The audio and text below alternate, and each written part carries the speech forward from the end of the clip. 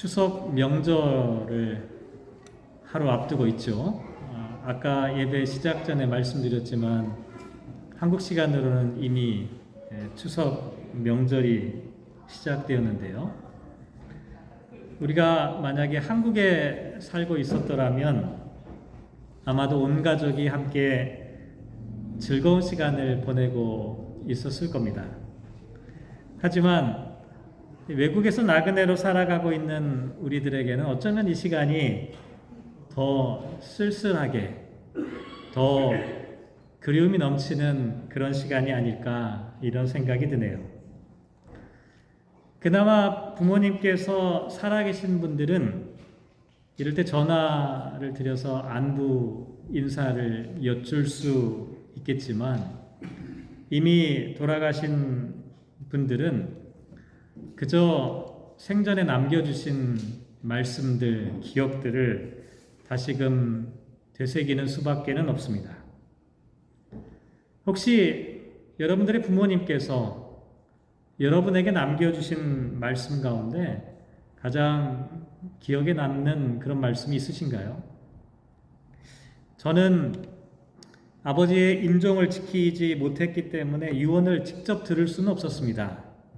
하지만 평소에 자주 하셨던 말씀이 아마 여러분도 이런 이야기는 많이 들으셨을 텐데 형제간에 우애 있게 살아라. 저희가 뭐 그렇게 싸운 것도 아닌데 이 말씀을 참 많이 하셨어요. 우애 있게 챙겨주고 도와주고 그러면서 살아라.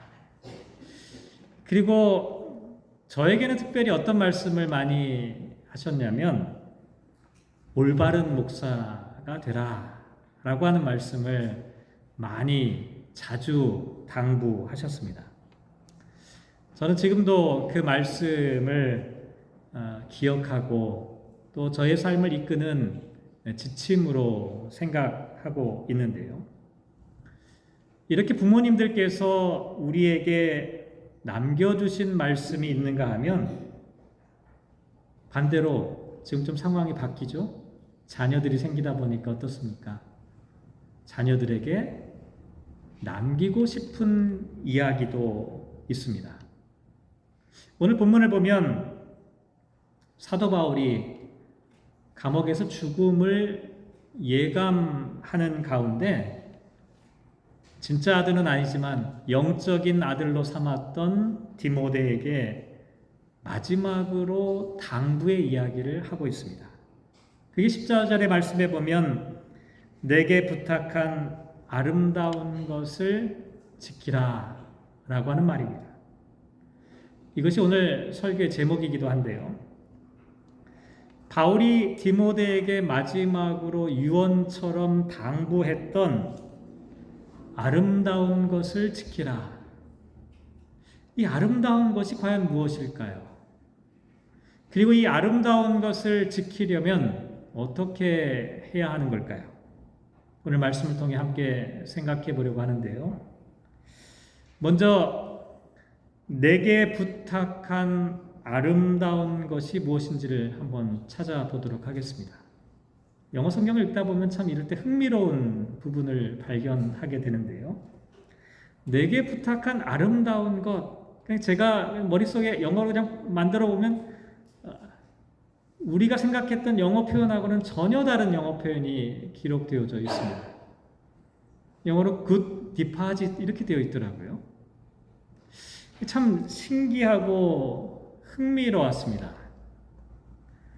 왜냐하면 우리가 아름다운 것 하면 눈에 보기에 좋은 것, beautiful 뭐 이런 걸 생각하잖아요. 근데 이 deposit이라고 하는 단어를 사용합니다. 이 deposit이 뭡니까? 은행에다가 돈을 예금하는 거잖아요. 입금하는 거잖아요. 내가 내게 부탁한 아름다운 것이란 말을 너에게 입금한, 너에게 맡겨준 좋은 것을 지켜라, 간직하라. 이런 뜻으로 번역을 했다는 것이죠. 왜 이렇게 번역했을까 생각해 보니 일리가 있었습니다. 디모데후서 1장 5절 말씀, 오늘 본문 바로 앞쪽인데요. 거기를 보면 사도 바울이 뭐라고 말하냐면 내 속에 거짓이 없는 믿음이 있음을 생각하노니. 그 디모데에게 지금 하는 얘기입니다. 너에게 거짓이 없는 믿음이 있다. 이렇게 말하면서 그 다음에 나와 있는 게 중요합니다. 이 믿음은 내 외조모 로이스와 내 어머니 유니게 속에 있던 것이라. 이렇게 말합니다. 다시 말씀드리면 이 디모데는 거짓이 없는 믿음을 갖고 있었는데 이 믿음이 누구에게서 비롯된 거냐면 외할머니와 어머니에게로부터 입금받은 거라는 겁니다. 디파짓된 거라는 거예요. 어머니와 할머니의 그 믿음이 디모데에게 지금 전달되어져 있다는 것이죠. 그러니 그것을 잘 지키라. 이렇게 말하는 겁니다. 사실 우리가 살아가면서 지켜야 할 것들, 간직해야 할 것들 참 많이 있죠. 신앙인에게 그것은 무엇보다도 믿음입니다. 믿음. 하박국서 2장 4절 말씀에 보면 의인은 그의 믿음으로 말미암아 살리라. 이렇게 말씀합니다.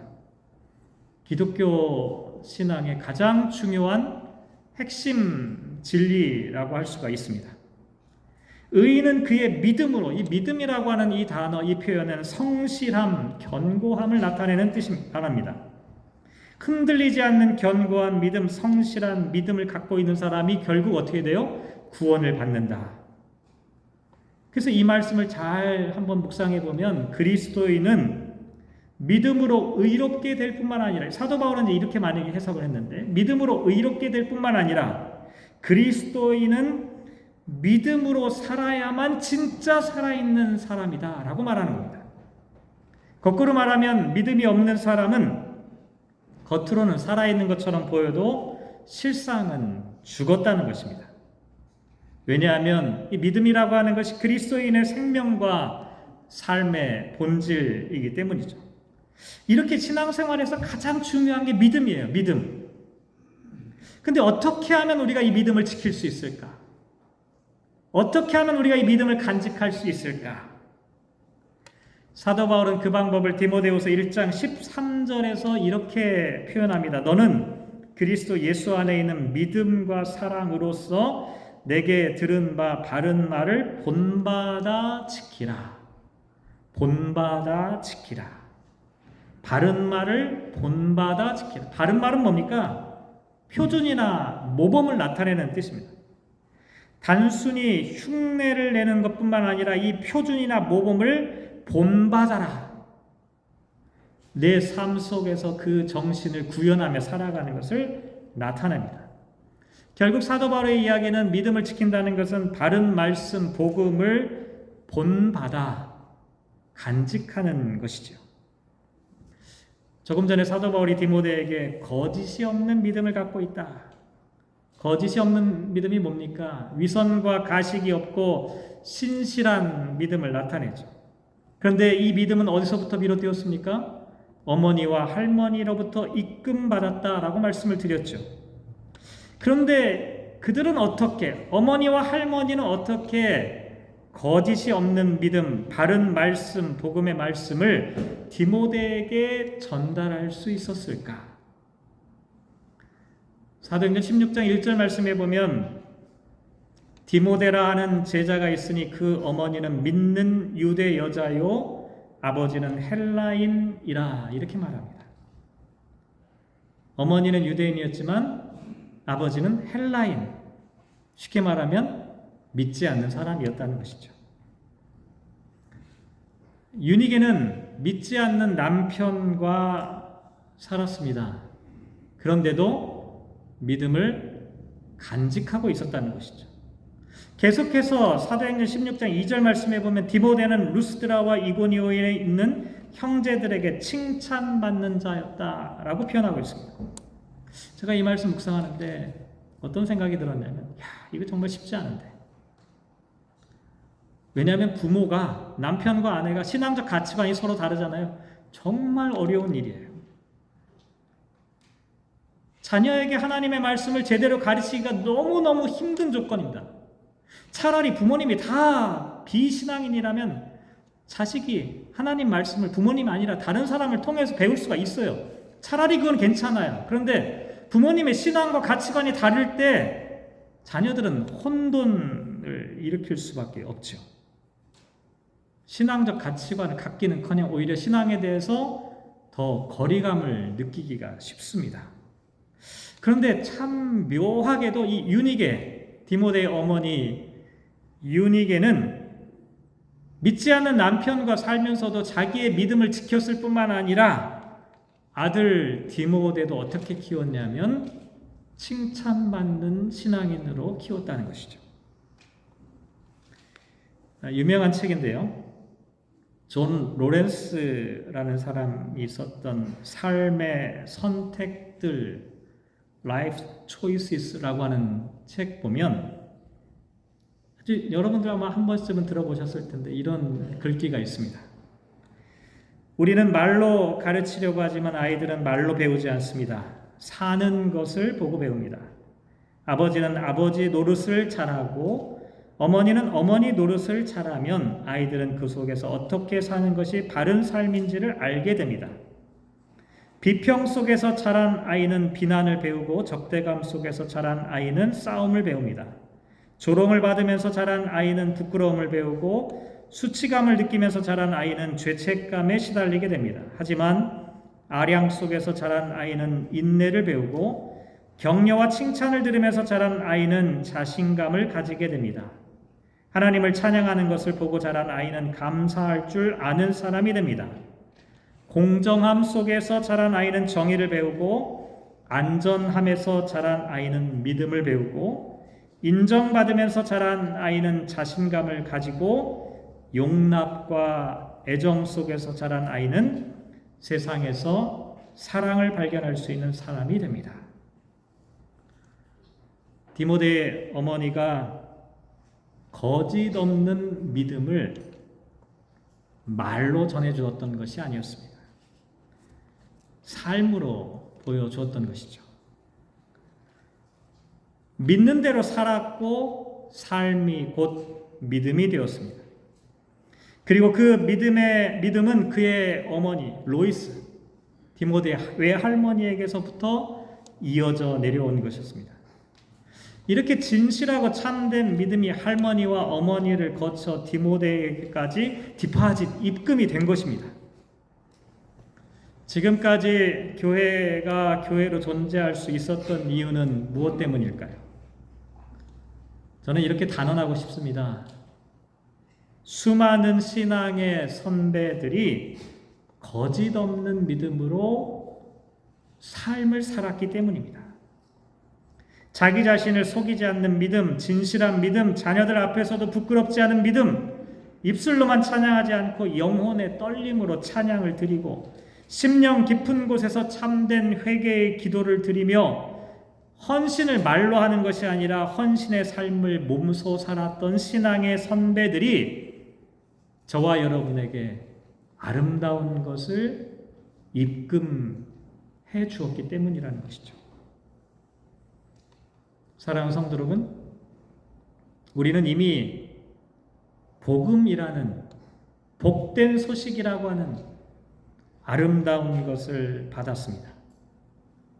이 아름다운 것을 지키고 자녀들에게 전달해 주어야 하겠죠. 할머니와 어머니가 몸과 삶으로 거짓 없는 믿음을 가르쳐 주었던 것처럼 우리도 그렇게 살아야 합니다. 그래야 자녀들도 아름다운 것을 입금받아서 지킬 수가 있는 것이지요. 그런데 내게 부탁한 아름다운 것, 아름다운 믿음, 거짓 없는 믿음을 우리가 지켜야 한다 이렇게 말하는데 먼저 한번 가장 중요한 그 믿음이 무엇인지를 한번 생각해 봅시다. 믿음이 뭘까요? 교회에 오면 참 믿음이라는 얘기 너무너무 많이 합니다. 그런데 종종 혼돈에 빠질 때가 있습니다. 믿음이 무엇일까? 어떤 믿음이 좋은 믿음일까? 어떤 믿음이 거짓 없는 진실한 믿음일까? 어떤 믿음이 정말 위대한 믿음일까? 누가복음 말씀해 보면 아마 사도들도 우리와 비슷한 고민을 했던 것 같습니다. 누가복음 17장 5절에 사도들이 예수님을 향해 이렇게 말합니다. 우리에게 믿음을 더하소서. 우리에게 믿음을 좀 더해 주십시오. 이렇게 요청하였죠. 그러자 예수님께서 뭐라고 답변하셨냐면 6절에 보면 너희에게 겨자씨 한 알만한 믿음이 있었더라면 이 뽕나무더러 뿌리가 뽑혀 바다에 심기어라 하였을 것이요 그것이 너희에게 순종하였으리라. 여러분 이게 어떤 대화인 것 같으세요? 저는 성경에 나와 있는 이런 구절들을 볼 때마다 속으로 막 웃음이 나와요. 서로 대화가 아니잖아요. 그렇잖아요. 서로 엉뚱한 얘기를 하고 있잖아요. 믿음을 더해달라는데 왜 갑자기 뽕나무 얘기가 나와요? 참 이상하다. 왜 예수님께서는 질문과는 전혀 상관이 없는 겨자씨 한 알, 뽕나무 얘기를 갑자기 꺼내는 것일까? 많은 사람들이 이 본문을 해석하면서 이렇게 얘기합니다.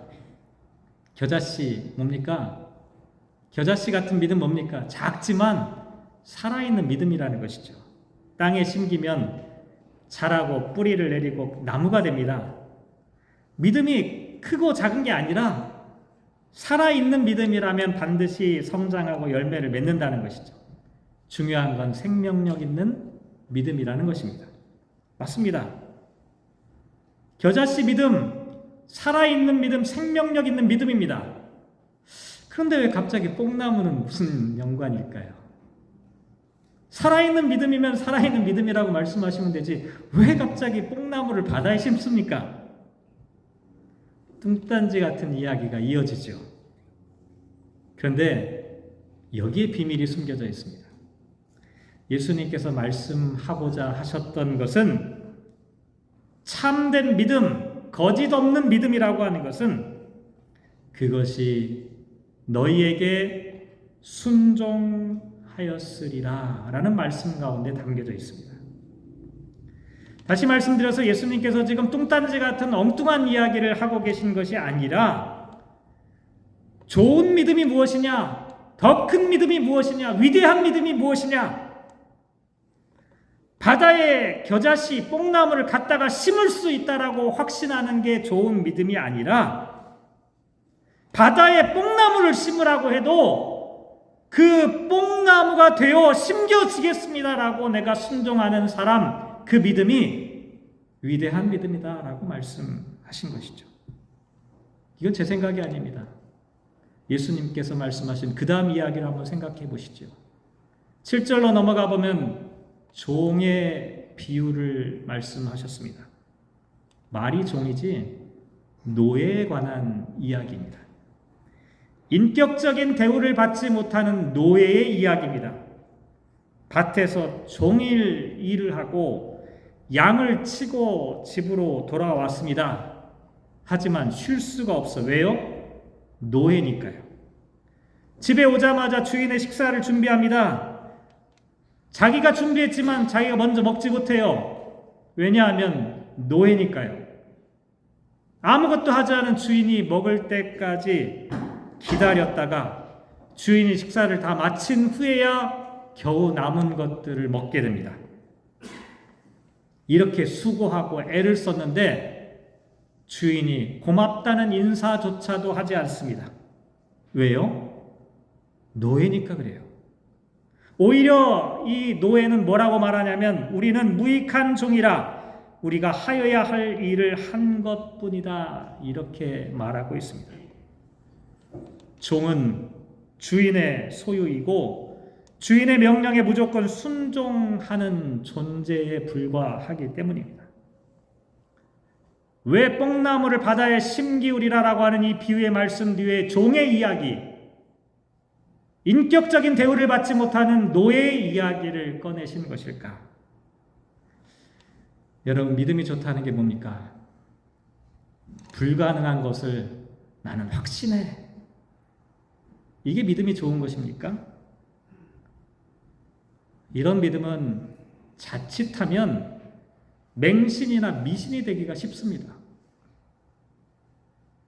내가 복권이 될 줄로 믿습니다. 좋은 믿음입니까? 그렇지 않습니다. 내가 원하는 것이 반드시 이루어질 줄로 믿습니다. 좋은 믿음입니까? 그렇지 않습니다. 아브라함의 이야기 한번 생각해 보시죠. 아브라함이 누굽니까? 믿음의 조상입니다. 아브라함은 어떤 사람이었습니까? 자식을 주겠다고 하는 기적적인 하나님의 말씀 못 믿었습니다. 웃었어요. 피식 웃었어요. 그래서 아들 이름이 이삭이 되었어요. 이삭이란 뜻이 웃음이잖아요. 아브라함은 불가능한 일을 허락해 주시겠다는 하나님의 약속을 믿지 못했던 사람이었습니다. 그런데도 아브라함에 대해서 성경은 뭐라고 기록하냐면 창세기 15장 6절 말씀에 보면 아브라함이 여호와를 믿으니 여호와께서 이를 그의 의로 여기셨다. 우리가 볼 때는 안 믿은 것 같잖아요. 자식을 준다고 해도 안 믿었잖아요. 그런데 성경은 아브라함에 대해서 아브라함이 하나님을 믿으니 라고 표현하고 있습니다. 특별히 히브리서 11장 17절 말씀에 보면 아브라함의 믿음에 대해 뭐라고 말하냐면 아브라함은 시험 받을 때에 믿음으로 이삭을 드렸으니 라고 말합니다. 앞에서도 말씀드렸지만 우리는 이렇게 생각합니다. 산을 옮길 수 있는 믿음이 좋은 믿음이다. 능력 있는 믿음, 이런 믿음이라고 생각하죠. 그런데 참된 믿음, 위대한 믿음은 그런 믿음이 아닙니다. 나를 위해 어떤 기적을 만들어낼 수 있다고 믿는 것이 진짜 믿음이 아닙니다. 오히려 이해하기 어렵고 받아들이기 힘들더라도 아브라함의 경우를 한번 생각해 보시기 바랍니다. 이삭을 바치라고 하는 하나님의 명령 받아들이기가 쉽겠습니까? 도저히 받아들일 수 없는 그 명령조차도 침묵하면서 묵묵히 순종해야 했던 아브라함의 모습, 이것이 바로 믿음의 조상이었던 아브라함의 믿음이었습니다. 뽕나무가 뿌리가 뽑혀서 바다에 심기워지라고 할 때 내가 말 한마디만 하면 뽕나무가 바다에 심겨진다고 믿는 믿음이 좋은 믿음이 아니라 내 자신이 뽕나무가 되어 하나님의 명령과 말씀이 도무지 이해가 되지 않지만 합리적으로 설득되지 않지만 바다에 심기워지라면 내가 심기워지겠습니다라고 순종하는 믿음, 이것이 위대한 믿음입니다. 이것이 참된 믿음입니다. 예수님께서 종의 비유를 통해 말씀하셨던 것이 바로 이것입니다. 종으로 살아가는 존재, 하나님에 대한 신뢰를 갖고 하나님께서 말씀하시는 것에 순종하여 따라가겠노라고 다짐하는 내 스스로의 믿음의 능력으로 산을 옮길 수 있는 사람이 아니라 하나님의 말씀에 기꺼이 쓰임받겠노라고 고백하는 사람, 자기의 영광과 명예를 위해 살아가는 것이 아니라 하나님께서 맡겨주신 일을 하는 것만으로도 감격하고 하나님의 뜻을 이루기 위해 쓰임받는 것을 참된 복으로 여기는 사람, 우리가 간직해야 될 믿음이 바로 이런 믿음입니다. 우리가 다음 세대에 디파짓해야 되는 믿음이 바로 이런 믿음입니다. 아름다운 것이죠. 그런데요, 제가 말씀 묵상하는데 우리는 이렇게 못하잖아요. 여러분 하실 수 있습니까? 바다에 심겨지라는 명령을 받은 뽕나무처럼 순종할 수가 있겠습니까? 저 같으면 따질 것 같아요. 하나님, 뽕나무를 왜 바다에 심습니까? 말이 안 됩니다. 자식을 번제로 드리라고 하는 명령 앞에 여러분 순종하실 수 있겠습니까? 저는 죽어도 못합니다. 못해요. 제가 목사지만 못합니다. 못하는 건 못한다고 말씀드려야죠. 어떻게 그럴 수가 있어요? 할 수 없는 일입니다.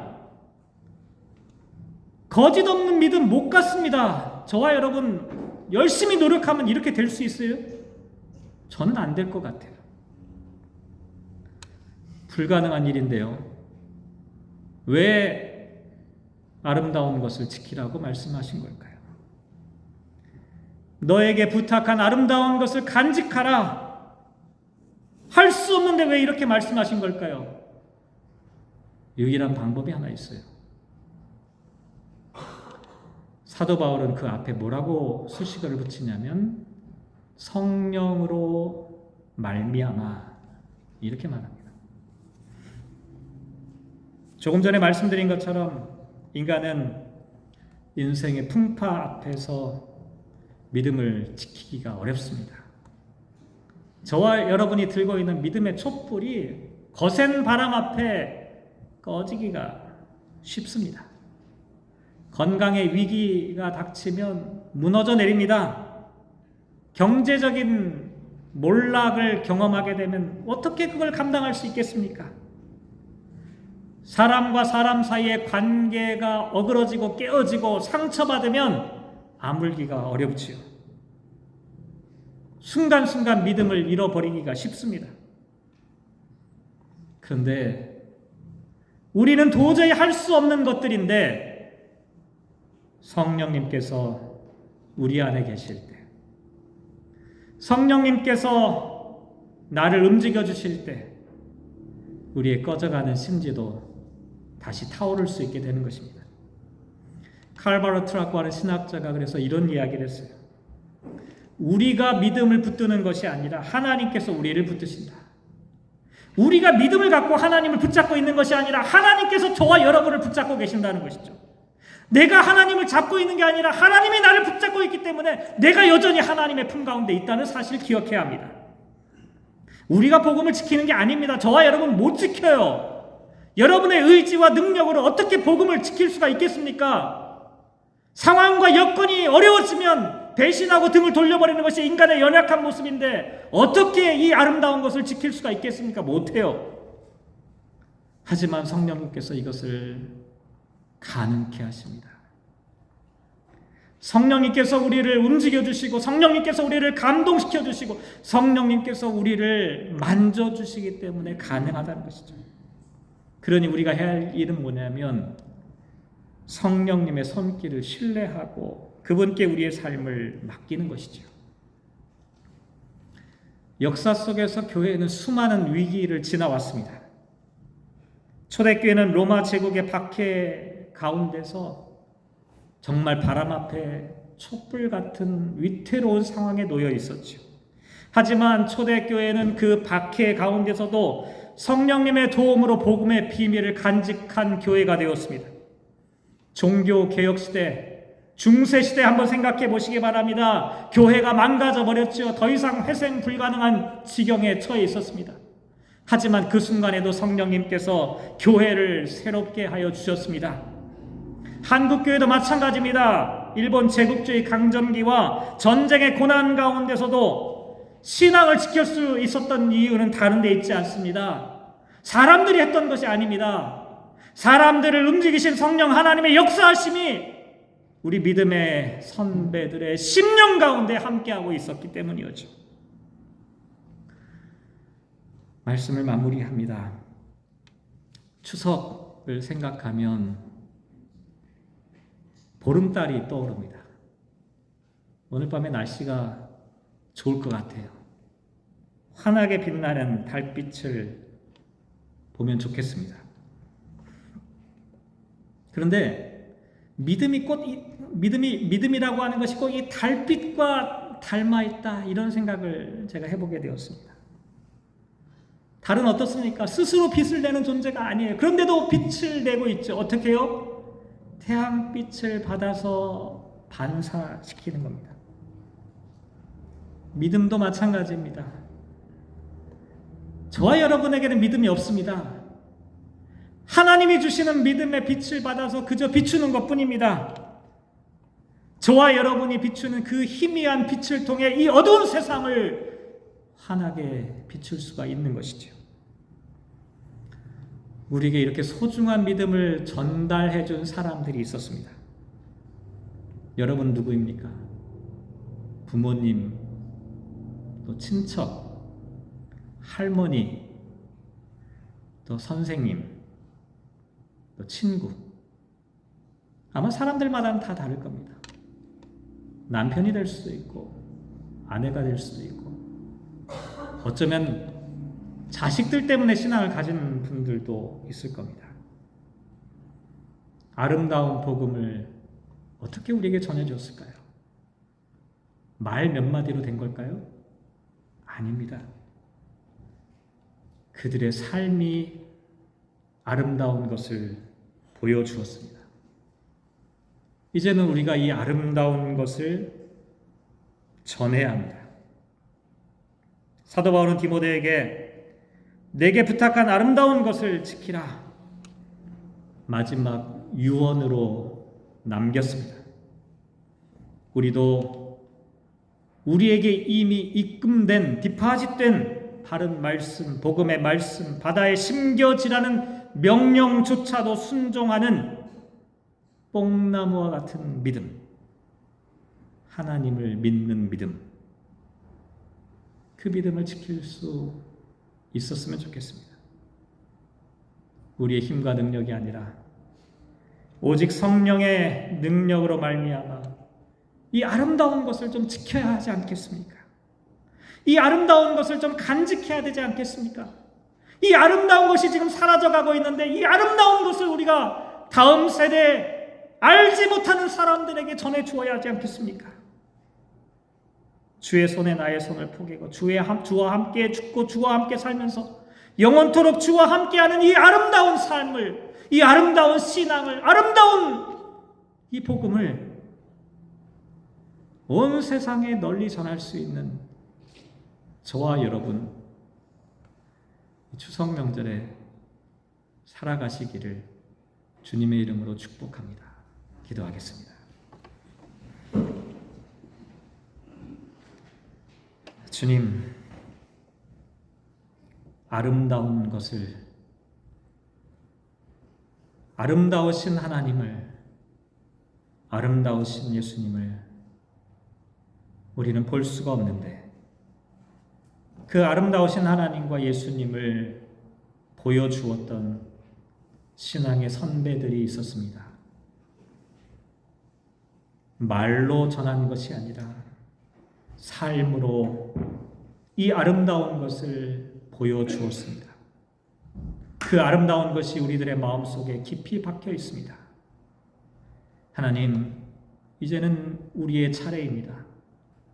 우리가 이 아름다운 것을 온 세상에 보여주는 사람 되게 하여 주십시오. 뽕나무처럼 바다에 심기워지더라도 하나님 앞에 믿음으로 순종하였던 이 아름다운 믿음의 순종의 모습, 지금은 너무나 희미해져 버렸습니다. 하나님, 우리에게 믿음을 더하여 주옵소서. 우리에게 믿음을 더하여 주옵소서. 주님, 추석 명절을 맞아 흩어져 있는 가족들, 멀리 한국에 있는 살아가는 가족들 마음속으로 떠올리며 우리가 이 땅에 살아가는 삶의 현장 가운데 새로운 가족들에게 이 아름다운 것들을 전달할 수 있도록 저희를 사용하여 주옵소서. 함께 하시기를 간절히 소망하며 이 모든 말씀 예수님의 이름으로 기도합니다. 아멘.